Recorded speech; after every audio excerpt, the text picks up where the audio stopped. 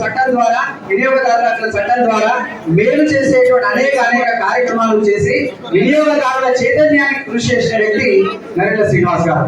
అలాగే ప్రభుత్వానికి సంబంధించినటువంటి ప్రభుత్వ ధనాన్ని, అది ప్రభుత్వ ధనం అంటే ప్రజాధనమే, ఆ ప్రజాధనం ఆ ప్రభుత్వ ధనం అవినీతి పాలిట కాకుండా అది ప్రభుత్వానికి కోట్లాది రూపాయల లబ్ధి చేకూర్చినటువంటి వారు నరేంద్ర శ్రీనివాస్ గారు. అలాగే 1977లో ఫిలిం సొసైటీ ఉద్యమాన్ని కరీంనగర్ లో స్థాపించి ఆనాడు అపశయ నవీన్ గారు అలాగే నరసింహరావు లాంటి వారి పెద్దలతోనే శ్రీనివాస్ గారు ఈ ఫిలిం సొసైటీని స్థాపించి ఈ ఫిలిం సొసైటీ ద్వారా కరీంనగర్ ప్రేక్షకులు ఉత్తమ సినిమాలు చూసేటువంటి అవకాశాన్ని కల్పించినటువంటి వారు శ్రీనివాస్ గారు. ఆ వేల మైళ్ళ ప్రయాణమైన మొదటి అడుగుతోనే ప్రారంభమవుతున్నట్టుగా 77లో ప్రారంభమైనటువంటి ఫిలిం సొసైటీ ఈ రోజు భారతదేశంలోనే సొంత ఆడిటోరియం ఉన్న అత్యుత్తమ ఫిలిం సొసైటీ అని చెప్పి పేరు తీసుకురావడం మీద శ్రీనివాస్ గారి కృషిని మనం అందరూ కూడా చప్పట్లతో అభినందనలు తెలియజేసుకున్నాం. అలాగే ఈ ఫిలిం సొసైటీ 77కి ఒక కరెక్ట్ రెండేళ్ళు అయితే 50 సంవత్సరాలు పూర్తవుతుంది కరీంనగర్ ఫిలిం సొసైటీ స్థాపించబడి. ఈ 50 ఏళ్ల సంవత్సరం తర్వాత ఎట్లాగో వేదిక మీద మా మంత్రివర్యులు కూడా ఉన్నారు కాబట్టి మొన్న ఒక చిన్న వినతి పత్రాన్ని కూడా వారికి సమర్పించడం జరిగింది. మరి శ్రీనివాస్ సార్ గారి యాదిలోనే అనుకుందాం, ఈ సందర్భమే అనుకుందాం. ఈ సందర్భంగా ఎట్లాగో ఆ విగ్రహం ఆవిష్కరించబడింది. రాబోయే తరానికి ఆయన స్ఫూర్తి ప్రదాత. ఎన్నో కార్యక్రమాల్లో ఎన్నో వాళ్ళు చేసినటువంటి సేవలు ఇప్పటిదాకా వచ్చే లోపల కొంతమంది వారి సన్నిహితులు ఇక్కడ మాట్లాడడం జరిగింది. ఎవరెవరు వారు శ్రీనివాసాలు ఏ రకంగా వారికి దోహదపడ్డారని చెప్పారు. అలాగే ఎన్ని పనులున్నా బ్యాంకు లోపల అత్యుత్తమ అధికారిగా వెంటనే పనులు డిస్పోజ్ చేసి ఉత్తమ అధికారిగా అందరి ప్రశంసలు అందుకున్నారు. శ్రీనివాసానికి ఒక విషయం చేశారు మేడం, చాలా మందికి ఇల్లు లేనటువంటి వారికి ప్రత్యేకించి ఇల్లు లోన్ శాంక్షన్ చేసి వారికి ఇల్లు కట్టించి సార్ పుణ్యంగా మేము ఈ రోజు ఇల్లు ఉంటున్నామని చెప్పినటువంటి వాళ్ళు ఎంతో మంది కరీంనగర్ ప్రజలు ఉన్నారు. అట్లాంటి సేవలు అందించినటువంటి ఆ విశిష్ట వ్యక్తిని, ఆ స్ఫూర్తి ప్రదాతను, ఆ ప్రాతస్మరణీయుడిని ఈ రోజు మనం స్మరించుకునేటువంటి అవకాశం కలిగింది. ఈ సందర్భంగా ఒకటే మాట నేను మీకు మనవి చేస్తున్నా, మరి ప్రభాకర్ మంత్రి గారి యొక్క చదువుతో పైన ఒక మంచి కరీంనగర్ ఫిలిం సొసైటీ అత్యుత్తమమైన ఆడిటోరియం నిర్మించేటువంటి దిశగా మీ సహకారాన్ని కరీంనగర్ ఫిలిం సొసైటీ ఈ రోజు ఆశిస్తుంది. ఈ సందర్భంగా మరొకసారి వారికి చిన్న మాటను విన్నవించుకుంటూ సమాజం ఒక నిమిషం తీర్మానం చేసుకొని శంకుస్థాపన చేసుకొని అది ఈ రోజు ప్రారంభించుకోవడం చాలా సముచితంగా చాలా సంతోషంగా ఉంది. ఈ కార్యక్రమానికి చేసిన మా ఫిలిం సొసైటీ సభ్యులు, లోక్సత్తా వినియోగదారుల మండలి అందరికీ మరియు ఆయన అభిమానులందరికీ స్వాగతం సుస్వాగతం. ఇప్పుడు ఫిలిం సొసైటీ పైన అంతస్తు కోసం మనం విజ్ఞప్తి చేసి ఉన్నాం, అది తప్పకుండా అవుతుంది. శ్రీనివాస్ సార్ స్ఫూర్తితో ఇక్కడ చాలా మంది మాట్లాడడానికి వచ్చారు, కానీ ఎక్కువ సమయం లేనందువల్ల వాళ్ళందరికీ తర్వాత మాట్లాడే అవకాశం ఇస్తాం. ఇప్పుడు మన నారదాస్ లక్ష్మణరావు గారు వారు 2 నిమిషాలు మాట్లాడాల్సింది, ఎందుకంటే శ్రీనివాస్ సార్తో కలిసి నడిచిన వ్యక్తి, వారిని మాట్లాడవలసిందిగా కోరుతున్నాను. గౌరవ జిల్లా కలెక్టర్ గారు, శ్రీనాన్న సతీమతి వదిన గారు, ఎమ్మెల్సీ నారదాస్ లక్ష్మణరావు గారు, రామచంద్రారెడ్డి గారు, శ్యాంప్రసాద్ గారు, మహేష్ గారు, ప్రకాష్ మొల్లా గారు, మిగతా ఫిలిం సొసైటీ, లోక్ సత్తా, వినియోగదారుల సంఘం సంబంధించినటువంటి సభ్యులు, పాత్రికేయులు, పట్టణ ప్రముఖులందరికీ పేరున నమస్కారం. సీనన్న యూనియన్ బ్యాంక్ ఉద్యోగిగానే కాకుండా ఆనాడు లోక్ సత్తా న్యాయం కొరకు అన్యాయం మీద పోరాటం చేస్తూ వినియోగదారుల హక్కుల కోసం నిరంతరం తప్పిస్తూ సమాచార హక్కు ద్వారా అవినీతికి వ్యతిరేకంగా పోరాడుతూ ఆనాడు ఈ జిల్లాకు రాజకీయాల్లో ఒక భీష్ముడి లాగా జిల్లా అభివృద్ధికి అనేక సందర్భాల్లో కృషి చేసేటువంటి మాజీ జిల్లా పరిషత్ చైర్మన్ గా, మాజీ రాష్ట్ర మంత్రిగా, పార్లమెంట్ సభ్యుడిగా ఉన్న చొక్కారావు గారి దగ్గర ఇద్దరం కూడా అనేక సందర్భాల్లో గంటల తరబాటు దినాలు మార్నింగ్ వెళ్తే ఈవినింగ్ దాకా అనేక సందర్భంలో అనేక అంశాల మీద చర్చ చేసే సందర్భంలో సీనన్న గారితో సాన్నిధ్యము, ఆనాడు విద్యార్థి నాయకుడిగా 87లో ఎస్ఆర్ఆర్ డిగ్రీ కాలేజ్ చదివిన తర్వాత అధ్యక్షుడు అయిన తర్వాత పెద్దలు చొక్కారావు గారితో ఒక అటాచ్మెంట్, అదేవిధంగా వెంకటస్వామి గారితో సత్యనారాయణ గారితో ఉన్న చొక్కారావు గారి దగ్గర ఒక ఆత్మగా పెరిగి మరి ఆ సందర్భంలో శ్రీనగర్ ఆనాడు రాలేగావ్ స్థితి మహారాష్ట్రలో ఉన్నటువంటి అక్కడికి కూడా వెళ్ళి మరి మేము అక్కడ ఉన్నటువంటి వాటర్ షెడ్ ప్రోగ్రామ్ మీద కూడా ఆ రోజు చూసి రావడం జరిగింది. అంటే ఎప్పుడు కూడా భవిష్యత్తుకు సంబంధించి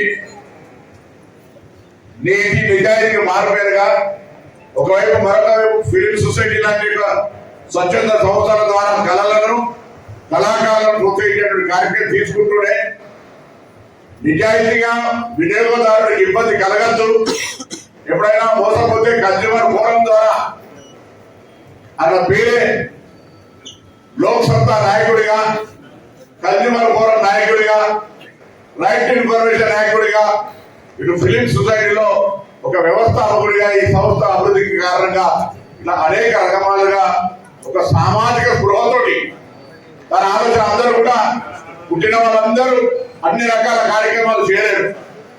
ఎవరో ఒక రంగంలో ఎవరో ఒక కార్యక్రమంలో వాళ్ళు ముందుకు పోయినటువంటి సందర్భంలో ఇటువంటి అన్ని 5 అంశాల్లో తనకంటూ ఒక ప్రత్యేక గుర్తింపు తెచ్చుకున్న శ్రీనాథ గారు మరి ఇంట్లో వదిన గారి సపోర్టు, 2 పిల్లలు చదువుకుంటూ విదేశాల్లో ఉండే సందర్భంలో కూడా అనేక సార్లు వారి ఇంటికి వెళ్ళడం కానీ లేదా ఇతరత్ర అనేక సందర్భాల్లో మరి రాష్ట్ర ఎన్ఎస్సీ అధ్యక్షుడిగా అంతకుముందు చాలా సందర్భాల్లో కలవడం జరిగింది. నాకు ఒక అంశం యాదగిరి 2004లో వెంటనే కొంత ఎన్నికలకు సంబంధించిన ఖర్చును తీర్చాలంటే యూనియన్ బ్యాంకు పోయినా మరి ఇబ్బంది అవుతుంది, బయట పేమెంట్ చేయాలంటే వెంటనే ఇంటి పేపర్ అందరూ తీసుకెళ్లి ఎటువంటిది ఏం లేకుండా ముందంతా కూడా అంటే ఒక విశ్వాసం వీళ్ళంతా కొన్ని కుటుంబాలకు సంబంధించి ఒక ల్యాండ్ లాడితే ఇబ్బంది లేదు అనేటువంటి తొందరగా అంటే బ్యాంక్ సర్వీస్ లో కూడా ప్రాంప్ట్ గా విశ్వాసంతో అనేక మందికి బ్యాంక్ పరంగా కూడా ఉపయోగపడే ఓన్లీ నాట్ ఓన్లీ ఇతరత్ర సామాజిక కార్యక్రమాలే కాకుండా తన వృత్తి జీవనోపాధి బ్యాంక్ ఉద్యోగంలో కూడా అనేక మందికి సేవ చేసేవాడు. ఇక్కడ కాకుండా నేను పార్లమెంట్ సభ్యుడు కొత్తపల్లి గారు చూసినాం, కొత్తపల్లి బ్రాంచ్ లో కూడా పనిచేస్తాం.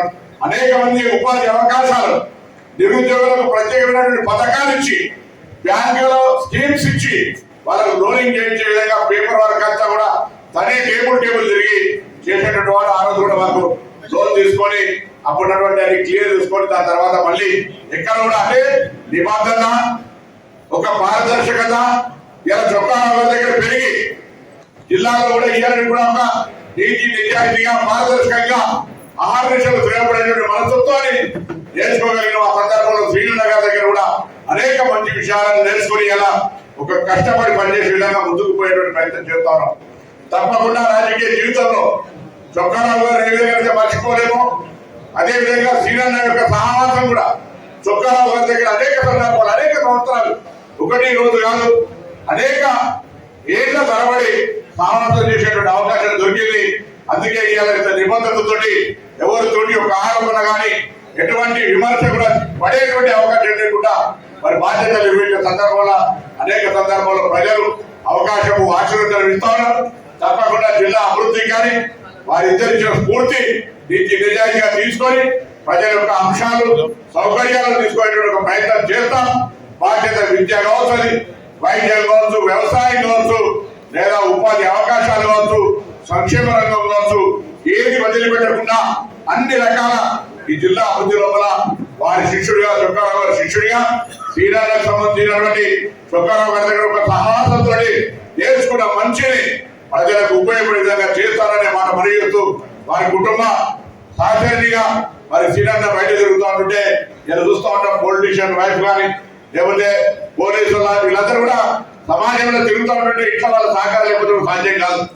ఆ విధంగా చేసే సందర్భంలో మీరు పిల్లలను చదివించి ప్రయోజకులుగా చేసే సందర్భంలో మీ అందరూ కూడా హృదయపూర్వకంగా అభినందనలు తెలియజేస్తాను. ఎందుకంటే ఇలా అందుకే శ్రీనగర్ విగ్రహాన్ని మీరే ఆవిష్కరిస్తే బాగుంటుందనే ఆలోచనతో నన్ను ఆవిష్కర్తగా పేరు పెట్టినా మీ చేతుల మీద చేయిస్తే తన కూడా ఆత్మ శాంతి చేకూరుతుంది. నేను కూడా నాకు అర్హత ఉన్న చొక్కారావు గారి శిష్యుడిగా శ్రీనగర్తో అనేక సందర్భాల్లో సహవాసం నాకు మంచిది నేర్చుకునే అవకాశం ఉన్నప్పటికీ కూడా కుటుంబ అర్థాంగిగా సత్యపడిగా మీరు చేస్తే బాగుంటుంది అనేటువంటి ఆలోచనతో మీతో చేయడం జరిగింది. తప్పకుండా శ్రీనాన్న ఆత్మకు శాంతి చేకూరాలని వారు ఇచ్చినటువంటి స్ఫూర్తితోటి వినియోగదారుల రక్షణ కావచ్చు, లేకపోతే సమాచార హక్కు ద్వారా అవినీతికి వ్యతిరేకంగా కావచ్చు, ఫిలిం సొసైటీ కార్యక్రమాలకు సంబంధించి కావచ్చు, ఇతర అనేక సామాజిక కార్యక్రమాల ద్వారా వారిని ఎప్పుడు కూడా స్ఫూర్తిగా తీసుకుంటామనే మాట మనగెత్తు. మరి ఫిలిం సొసైటీ భవనానికి పైన అడుగుతాం, పైన ఇవ్వడానికి కలెక్టర్ గారు సిద్ధమే, కానీ పార్టీకి లేదు. ఎక్కడైనా మంచి స్థలం అయిపోయితే నెగటివ్ మోడల్తో మంచి ఒక ఆడిటోరియం ఫిలిం సొసైటీ కట్టడానికి నిధులు నిర్మిస్తారు. స్థలం గురించి కలెక్టర్ గారు కలవండి. ఫిలిం సొసైటీ కొత్తగా ఒక మంచి ఆడిటోరియం చిరస్థాయిగా నిలిచిపోయి 50 సంవత్సరాలు అయితే ఉంటారు.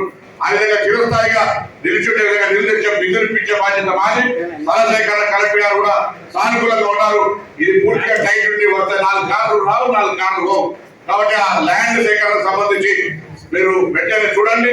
ఇది సామాజిక కార్యక్రమం, ఎవరు వ్యక్తులు కాదు. ఇది ఒక ఈ జిల్లా రంగంలో ఉన్నటువంటి చాలా సినీ పైకి జయరాజు ఇతర స్ఫూర్తిదాతలు ఉన్నటువంటి ఈ జిల్లాలో మనం సినీ రంగాన్ని కళలను భవిష్యత్తులో పిల్లలకు మంచి చైతన్యం ఇచ్చేటువంటి సినిమాలను ప్రదర్శించడం ద్వారా మంచి జ్ఞానాన్ని నేర్పేటువంటి సినిమాలు ప్రదర్శించేందుకు ఒక వేదిక ఉంటే మంచిది అనేటువంటి భావనతో ఉన్నాం. కాబట్టి దానికి సంబంధించి ఎటువంటి ఇబ్బంది లేకుండా భవన నిర్మాణానికి సహకారం చేస్తాం.